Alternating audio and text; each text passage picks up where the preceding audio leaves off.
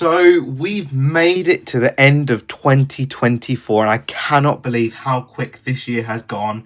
And I saw a lot of films this year, some really, really great and some really, really not great. However, today we are focusing on my top 10 favourite films of 2024. Now, before we go into this list, this is completely my opinion. So if you disagree, that's absolutely fine.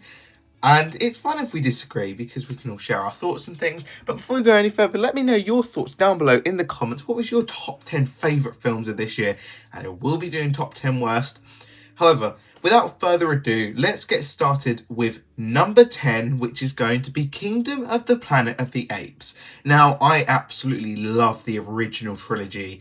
I just think they are such breathtaking and beautiful, amazing films, which are just beyond me. Caesar was such a great character.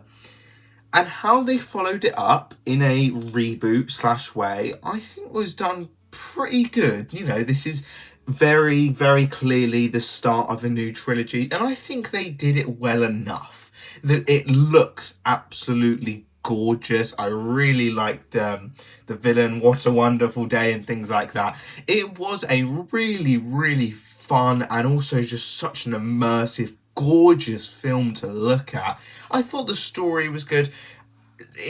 I wish it was a little bit further into the top 10, but it made it into the top 10, so that's good enough for now. However, I am really excited to see where we go next because I really, really did get a lot of fun out of this film. Number 9 is going to be A Quiet Place Day 1. Now, I love the first two A Quiet Place films, and this was a very divided film.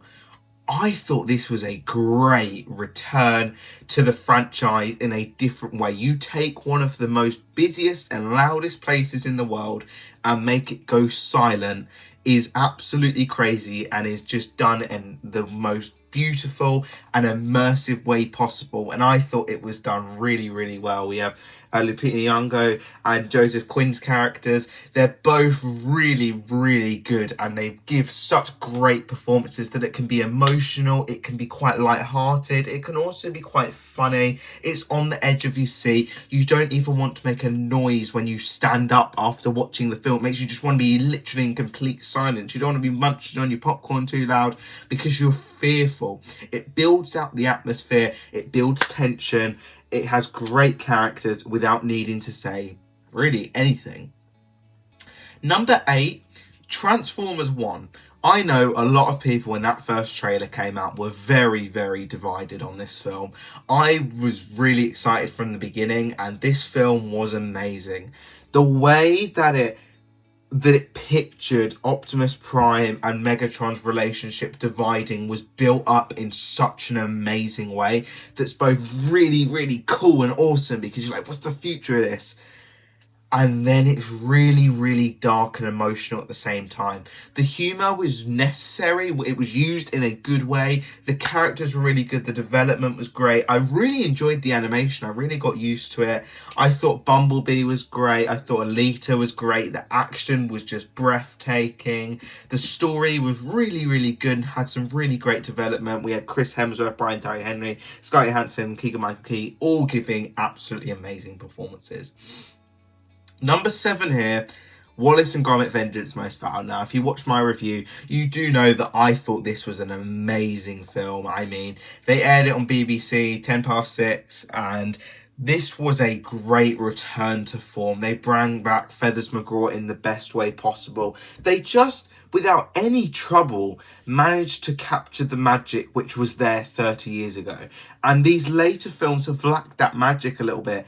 It just got it without any trouble whatsoever. They didn't try to change it, fix it, anything. They just knew what they wanted to give the fans, and it was great. Wallace and Gromit are such great characters, so is Feathers McGraw. They both have such good chemistry, even without even talking. It's really, really good. The stop motion animation is absolutely breathtaking. I thought this was a great film, and I really, really hope we get more. My only complaint is I wish it was a little bit longer, but it's a stop motion film, it takes long enough to make. Number 6, we are going to be having Dune Part 2. Now, I thought that the first Dune was absolutely amazing, and this sequel was even better somehow. And I genuinely don't know. It is beyond me how great this film is. It's really, really, really good. It looks gorgeous. The character development is so good with Timothée Chalamet and Zendaya's chemistry and their relationship, which ends in the most tragic, heartbreaking way, but also feels right for the story. It leaves itself open for more. It has really, really great characters, and it just looks gorgeous. The story is so beautiful. It's immersive. The way that the scenes are captured, the emotion, the way that it visualizes its scenes, whether it's in black and white or complete orange in the desert, it all looks great and is so immersive. And I love that very, very much. So somehow we've made it to number 5 already. Well, I've gone very quick, I feel. But we've made it to number 5. So I'd like to just share a couple honourable mentions before we go any further. These are ones that are just outside the top 10, but I will be doing like a full movie ranking, so you hear more in them. So the first one is Kung Fu Panda 4.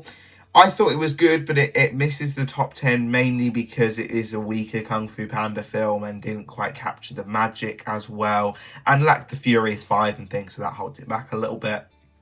Venom: The Last Dance is good, but it has a completely clunky story. A good ending, but the story is all over the place and lacks any tension, and it's pretty bad. Twisters really surprised me, actually. I didn't think this film was going to be that great, and I thought it was really, really good. So that is a really positive one. This is literally just outside the top 10. I really, really did enjoy this one.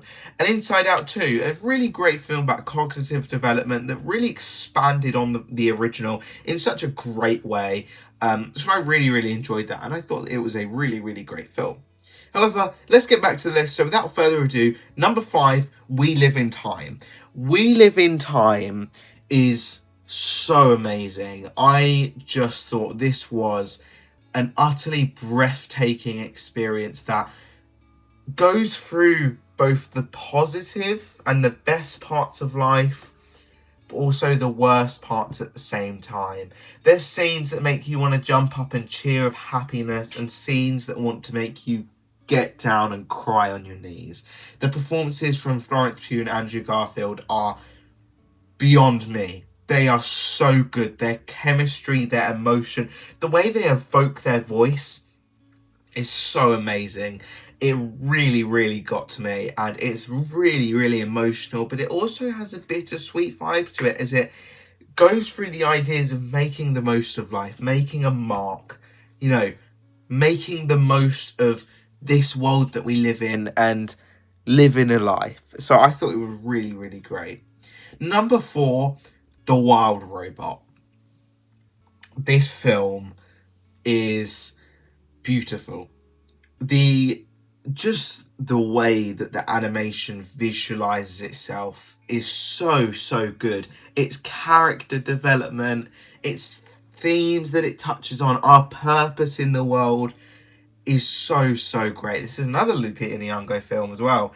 And it's just so great. I mean, the way that it visualizes animals, feelings, the nature, the forest, all of that is done in such an effective way, which can be done for a young demographic and also an older demographic, because it goes through ideas of parenthood, life itself, making the most of it.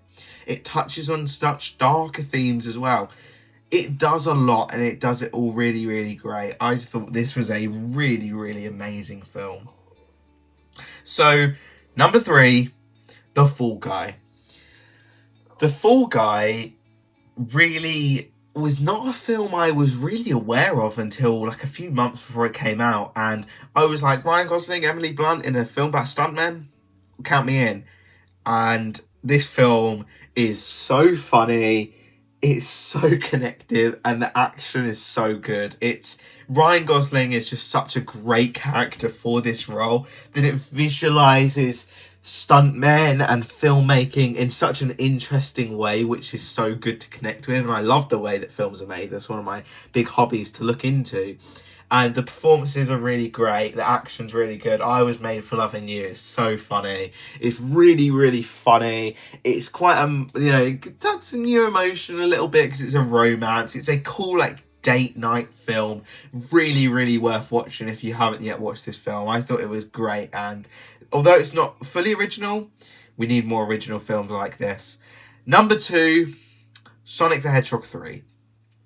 By far the best in the Sonic the Hedgehog trilogy. As a die-hard Sonic fan, I thought Shadow and the Robotniks and the characters were just visualized in an amazing way, and they just did it right. I mean, this film is epic. The action sequences are so good. The performances, Ben Schwartz, Idris Elba, Jim Carrey, Keanu Reeves, all of them are done so good. I love the Shadow's backstory and how it was done. There's so many hell yeah moments. It resembles the game so much and so well at the same time. So it really, really did enjoy that. And I thought this was a utterly funny film with just so much heart and a better story. Not as many human characters, so this film got it all right. I love Sonic the Hedgehog 3. If you haven't yet watched my review, I do recommend watching that. So yeah. So our next one on here at number 1. So this year has been a interesting year for films with both ups and downs, and you're probably wondering what number 1 is going to be. But number 1 has to go to, without a doubt, Deadpool and Wolverine. This film is just a love letter to Marvel fans, despite its story being a little bit weak. Once you get into that Deadpool and Wolverine, Ryan Reynolds and Hugh Jackman banter, it does it in the best way possible. It does it right. I love the action. The cameos felt so earned. It's extremely funny. There's so many references and Easter eggs to the past 30 years of Marvel. The cameos just worked so well. And just Deadpool and Wolverine together is a match made in heaven. And they really used Wolverine to have some more emotional scenes, which Deadpool can't exactly evoke because he's the jokester. So I thought this was such a funny film, and I just really, really love this film. I really hope we get more of Deadpool and Wolverine. It's a great film, and that is why it comes in at number 1.